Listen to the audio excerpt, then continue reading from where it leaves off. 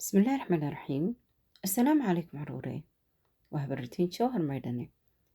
maanta bishaaro ayaan idin wadaa ma doonaysaa inaad barato hadal yar oo fudud oo haddii aad tidhaahdo hadalkaas ilaahay uu jecel yahay kitaabkaaga aakhiro ee camalka wanaagsan lagugu qorana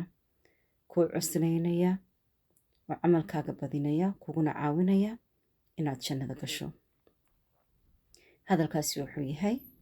subxaana allahi wabixamdihi subxaana allahi alcadiim nebigu sala allahu calay wasalam wuxuu yidhi qofkii hadalkaas yidhaahda hadalkaasi wuu fudud yahay buu yidhi marka la odhanayo oo carabku uu fudud yahay kitaabka aakhirana wuu cusleeya ee camalka wanaagsan wuu ku culus yahay ilaahayna wuu jecel yahay hadalkaas marka caruurey yidhaahda wuu ku celceliye ilaahayna haydin jeclaado